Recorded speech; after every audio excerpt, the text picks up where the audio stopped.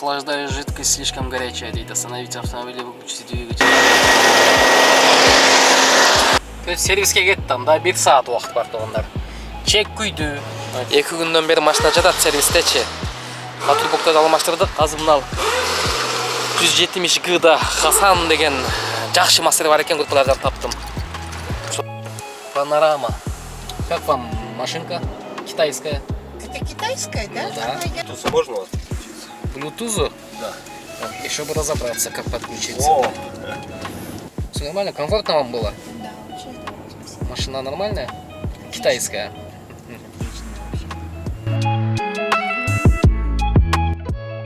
Машинеге 100 километрлік заказ келіп кетті да туғандар. Эскат менен үйдің жанынан алдым, Подольск жақтан. Эскат менен үйдің ауылы. Неме жақап келдім. Илинская жаққа чы. Рублевский жаққа. Машинаның немесе жолда келетканда ысып, остановите машину. Слишком горячая, неме деп, охлажденный жидкость слишком горячая деп чы. Тоқтатып қарасам қайнап атыптыр. Ё-моё деп ашып қарасам кәдімгідей қайнап атыптыр. Кішкене тұрып қайра айдап жеткіздім да, мына эскаттың бойында. Вот эскатта тоқтауға болбойт да ердечи. Көрдіңдер, мынандай звук шығарат. Охлажденная жидкость депчи. Охлаждаю жидкость слишком горячая, дейді. Остановите автомобиль и выключите двигатель, дейді. Дождитесь охлаждения двигателя, дейді.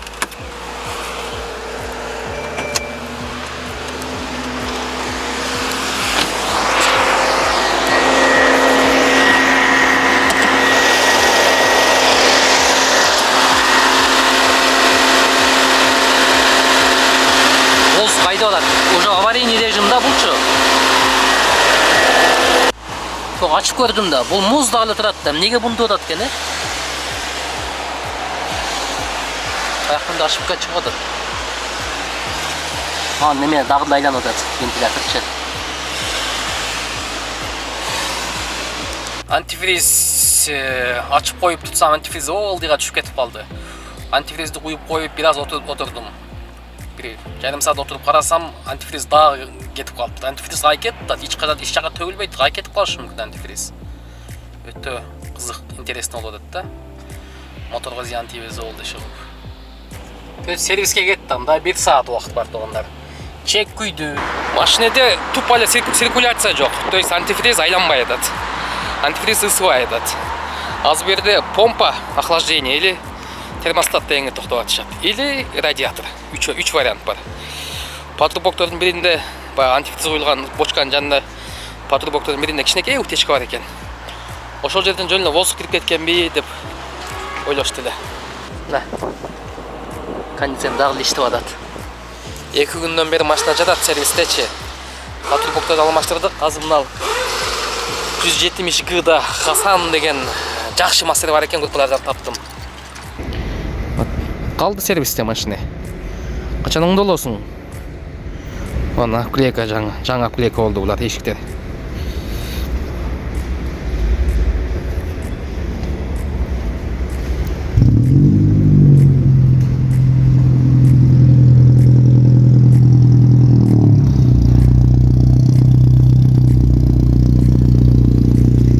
Chery Arizo 8 туғандар. Chery Arizo 8 2023. Бұйырса фотоконтроль өттік, где-то бір жарым сағаттан күтіп отырамыз. Фотоконтроль өткеннен кейін доступ ачылат. Chery Arizo 8 кече экинчи лицензиясы, экинчи этап лицензиясы келди. Машина готовый вариант. Буну да лизингке беребиз туғандар. Выкупка 115 миңден чыкты банктан.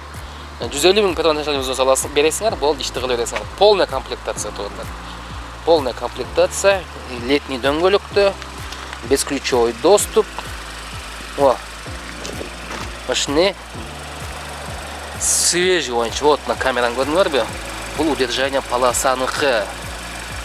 Адаптивный круиз контроль ушулардыкы. Еще мына жерде камера бар. Камера көрүнбөйт экен, чагылышып. Бул жерде бир камера турат, мына жерде бир камера турат. Встроенный өзүнүн видеорегистратору бар экен, өзүнүн встроенный неме болгон. Слепых зон бар экен, зона слепых зон. Бул Бұл жаңа метскин окшоп, метс туура ашып тұр. Память сиденье бар екен туғандар. Неме колонкалар Sony-ники, вообще магнитофон Sony-ники екен. Память сиденье бар.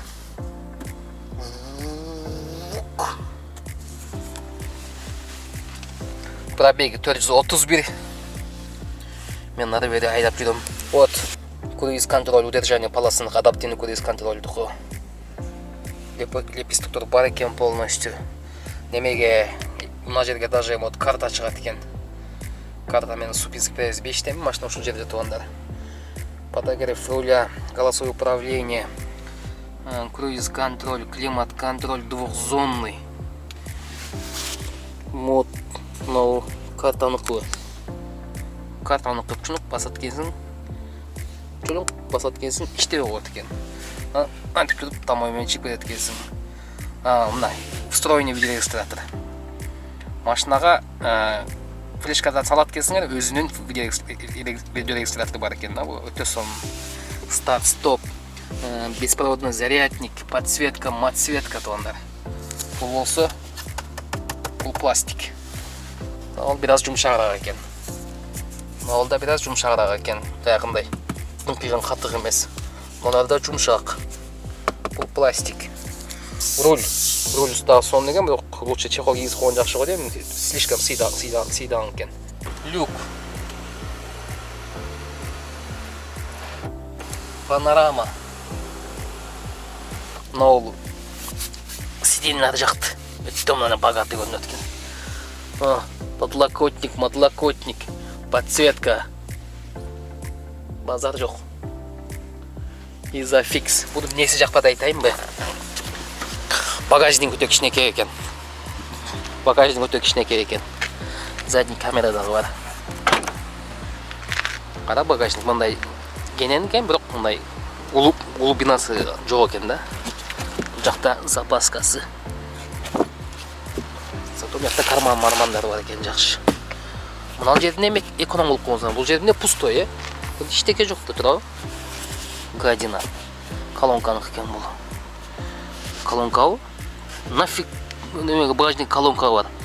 Багажникке бирөөнү салып алып жүрүп калсаң керек дейт деп ойлогон окшойт Кытайларда дагы. Анан немеси кнопка менен жабылбайт экен. Өзүң жабат экенсиң. Туруп жабат экенсиң. Болду, хихир бар. Эми айдап көрөлү. 360 камера.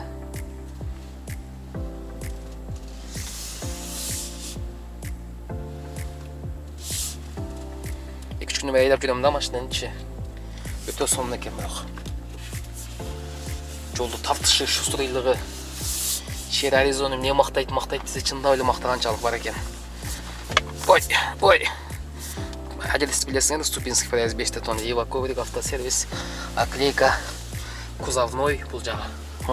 Еще мына Cherry Tiggo 7 Pro Max да букуп берилет. Бул да 2023 сентябрдан бери иштеп атат. Бунун платежу 114 миңден. Bunu уже 6 ай төлөнүп калды тугандар. 100 миңден 36 айга берилет. Өзү 114 миңден платеж. Биз 1 ай төлөп калдык. Плюс первоначальный взнос, анан 1 айын кошуп берсе, 300 миң берсе. 250 миң, 500 миң төлөсөк болот. Калганын 30 айын өзү 114 миң айдай берем десе, пожалуйста. Же болбосо 100 миңден 36 айга алсын, первоначальный взнос 150 миң берип. Ошол. Бунун платежу 115 миңден чыкты. Ошол эле 150 миң первоначальный взнос. Калганын өзү берип, неме кылып, калагандай кылып айдай берсе болот. Страховка ограничения менен болот. Кыскасы таксиге полностью даяр, лицензиясы азыр келди. Вот. Коддорун жасап даярдап койдум. Вот.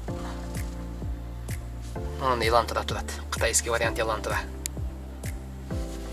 Мынаны мындай алып койсоңор, бул немеге удержание полосага чыгат экен. Немеси дагы бензин да аз ичет экен. Мен 1000 сомдук бензин куюп алып 2 күнүмө чапкылап жүрөм го. Так. Эми. Фото контролду көрөлү. Өтөйүн деди. Рейтинг жирный 496. Тариф комфорт плюс. Фото контроль. Гадина-мадина, а? Өтөсүппүнбү? Проверяем. Сколько можно проверять? Грязный эле машина өтүп койдум эле. Өтөр менен неме кылып туруп, мойка кылып туруп, битсира. Көлүктөр да грязный да, кир да. Бүгүн как раз суббота. Ушу менен иш кылып көрөбүз.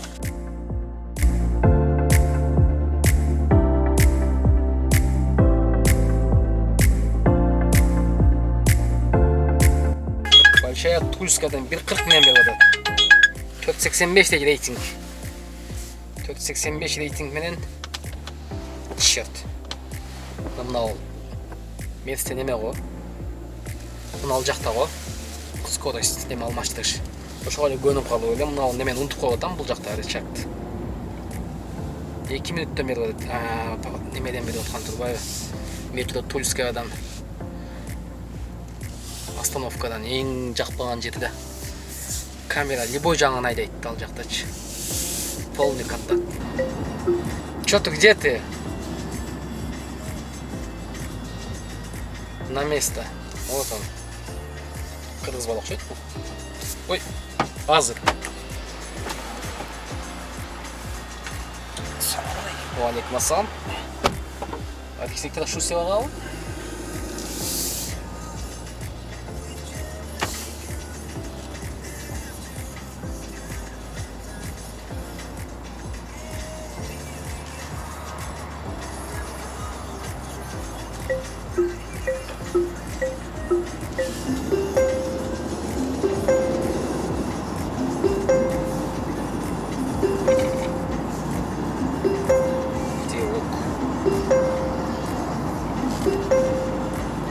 Xohlasangiz qo'shgan narsalarim bor aka. Boshqa taksi chaqirmayman, shuni nariga adresga olib borasiz. Agar yo'q kutmayman desangiz.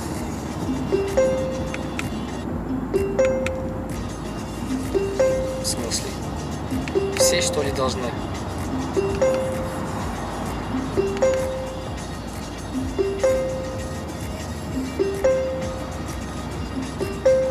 По-моему, придется перестегнуться ремнем, брат. Я машину еще не понимаю, что там, что он хочет.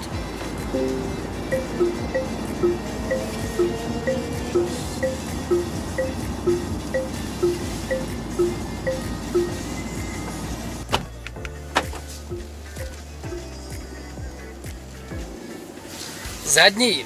Адам отырғанда да арқаға. Арқаға адам отырғанда да ременің тақты отпайы. 7 минут 489. Жазай жамғыр басылмай, жаралу жүрек жазылбай, асқадай бұлыт басқан көңілім менің ашылбай. Жалғаншы жаздым. Нормально вам? Комфортно? Да, спасибо. Как вам машинка китайская? Это китайская, да? Ну да. Я думаю, что-то тут у меня как у сына блестит вот это вот. У вас какая? У него впереди. А я не знаю, недавно купил вот самую большую-то, которая электро, и там есть такой двигатель. Да. Как она называется? Ли 9. Ли 9, да. что-то он самую большую такую взял. Ага. Электромобиль, да? Да, он электромобиль, но там есть и бензиновый какой-то там, такой ненадолго. А это бензиновый. Да, но ему очень нравится, ну как бы у него все приятели стали брать такие машины. А я думаю, что тут такое у вас подобное, думаю, надо же красиво. Красиво, да? Да. Подвеска? Ну, как бы Езда? мягко, мне кажется, мягко едет. Мягко, да? Да. По-моему, хорошо. А вы сами-то как? Довольны? Это ваша, да, машина получилась? Это машина парковая. Парковая? Просто сегодня взял вот километр, даже мы 400 всего километров только поездил. Ой, а тут-то экран тоже есть. Ну да, это Тут панорамный тоже вид, как там. хорошо. Да, ну там тоже так, все. А там еще 3 сиденья, третий ряд сидений вот на этом есть. Просто слишком много кнопок. Я не понимаю, что нажать, когда пикает, да? Слишком много кнопок, да. Ну, это надо просто кататься, изучать, наверное. Это да. Там есть наверняка. Перевод-то есть, да, русский? Есть, да, все урусифицировано, но все равно. Это как будто это как какой-то такой гаджет. Ага. Да,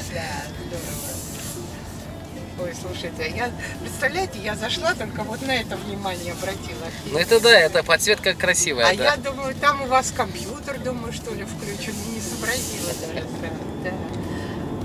Ой, видите, как хорошо. Нет, замечательно.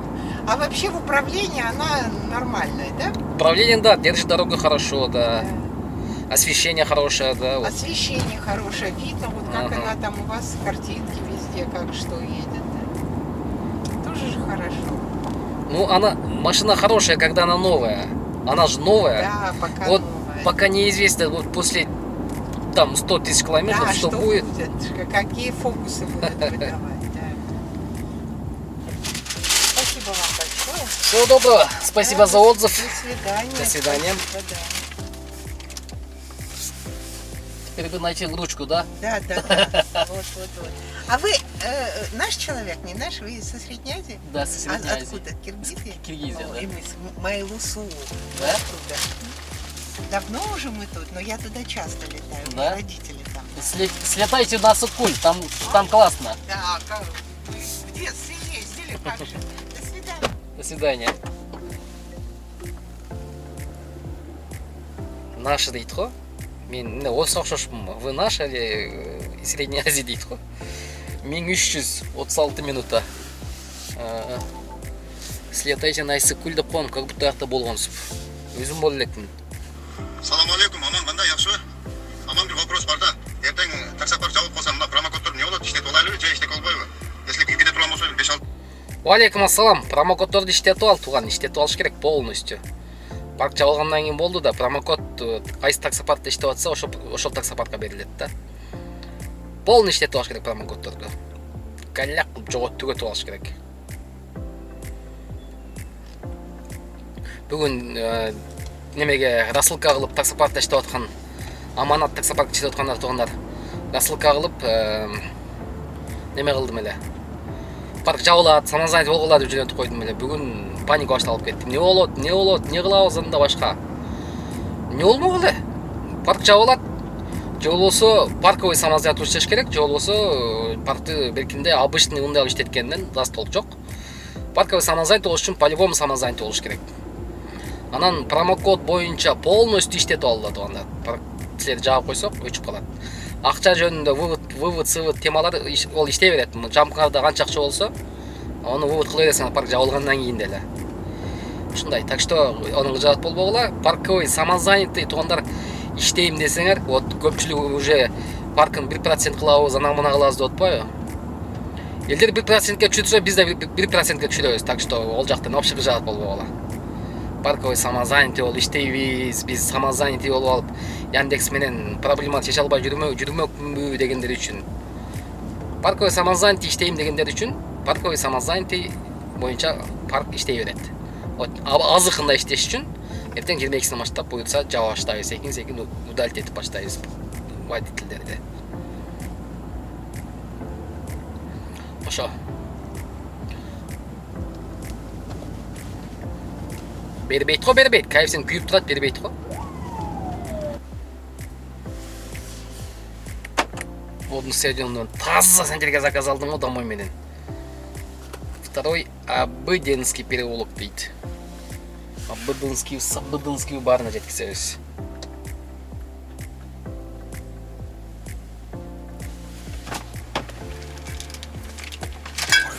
Ветер добрый. Bluetooth можно у вас подключиться? Bluetooth? Да. Ой, еще бы разобраться, как подключиться. О! Я в прошлый раз ехал на подобной машине, там вообще не работал. Да? Ага. И здесь должно быть, просто нужно понять, как. Сейчас поймем. Но на каком-нибудь Apple CarPlay работает, вот справа иконка серая. Ага. Этот? Да. Это вряд ли он отключен. Настройки. Какая-нибудь мультимедиа, что-то такое. Нифига. А вон где музыка нарисована. Ну. Ага. Вон мультимедиа. Не, назад видите, там красный был мультимедиа, кнопочка. Этот то же самое, да. Значка там нет. Ладно, Нифига. сейчас наушники на это. Не надо, включитесь. Ставим взялся. Даже вот этот звук не могу отключить. Требует перестегнуться всем. Всем. Это где-то отключается, но я никак не могу понять. А постоянно, да, трем всю дорогу? Да. Не всю дорогу. Отключается все-таки. Какой-то минут он включается. Все нормально? Комфортно вам было? Да, очень здорово, спасибо. Машина нормальная? Китайская? Отличная вообще. Вот здесь. На Ауди похоже. На Ауди похож. Да, салон. Спасибо вам Всего большое. доброго, до свидания. Доброй ночи. Спасибо, взаимно. Салон похож на Ауди турында. Қазір бардығы отличная машинада мақтап атпайбы? Bir деген айтып қойын. К5-та кетіп жатсаң, как машина десе, конечно, лучше, чем китаец дейді. Же болса мынандай бір черриде, мынандай бір паркетникте чоң машинада, семеркада, жел атлас кетіп жатсаң, ну, все-таки это китайцы молодцы дейді. Камереде кетіп жатсаң, ну, камере все-таки есть камере деп тұрып, бұлар менталитеті ушундай, водительдің көңілін жөндөн ортқысы келбейді. Машина у тебя говно дебейді да, мисалы турабы. Ошол жагы да бар. Анан орыстар мактап атат деп туруп эле, вау, молодец дебегиле. Эми машинени мен үйгө келип калдым.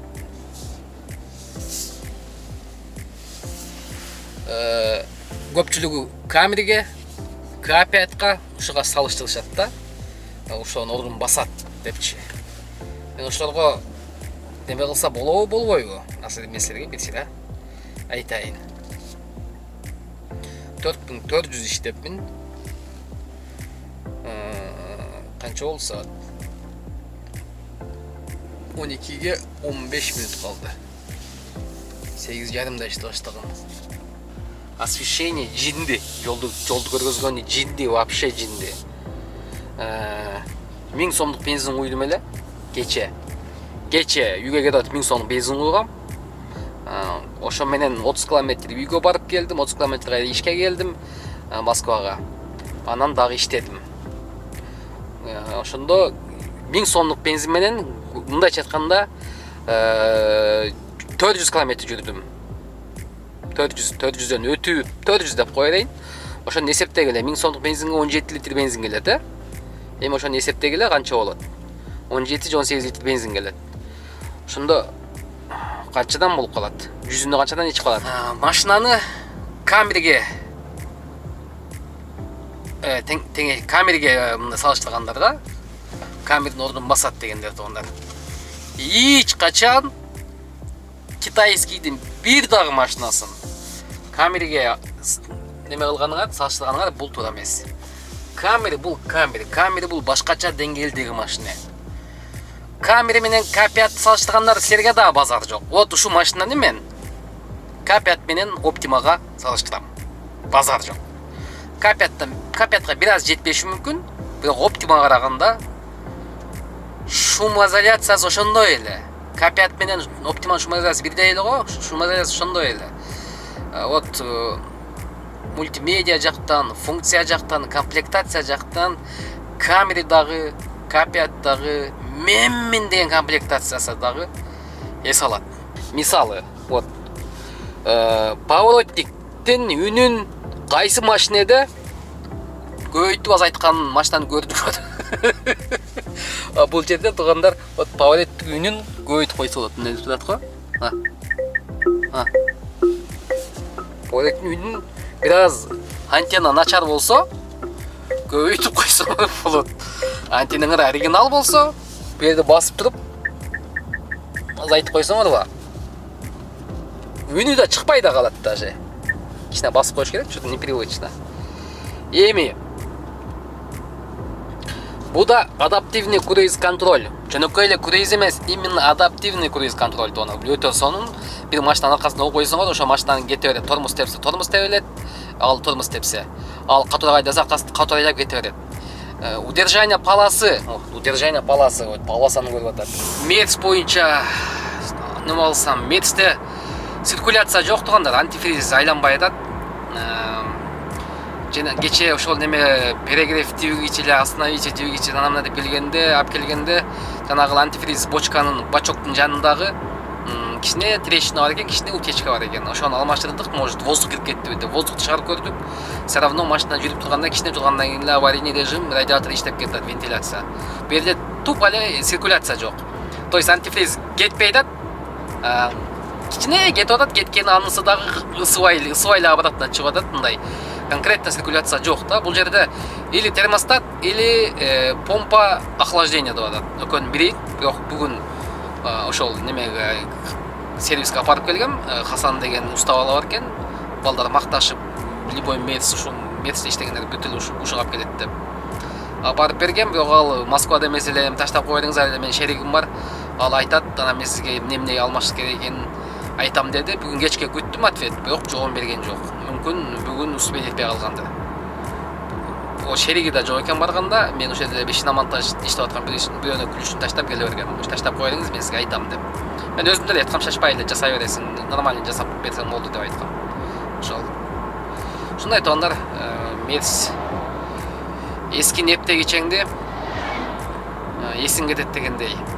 Мерс болгон мен ал эски туугандар. Ал уже канчалаган километрди өтүп койду, 200 миң жүрүп койгон машина, конечно, бул иш берет. 6 айдан бери бирок эч кандай иш бере эле. А бул китайский машиналар туугандар, жакшы айтасыңар, Кудай сактасын, аяк буякты тыпылада Кудай сактаса, буларга Китай 150 миң пробегге гарантия берип атат. 150 миң пробегге гарантия берип атат. Бул дегени 1 жыл, 1,5 жыл машина вообще без проблем жүрүш керек. Конечно, жанагыл жидкосттерди, фильтрлерди вовремя алмаштырып турсаң, ходовой кетиши мүмкүн, бирок вот коробка менен моторду айтам да мен. А вот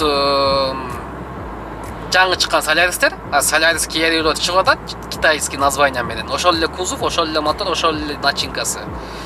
Бирок аларга туугандар 100 миң пробегге чейин эле гарантия берип атат.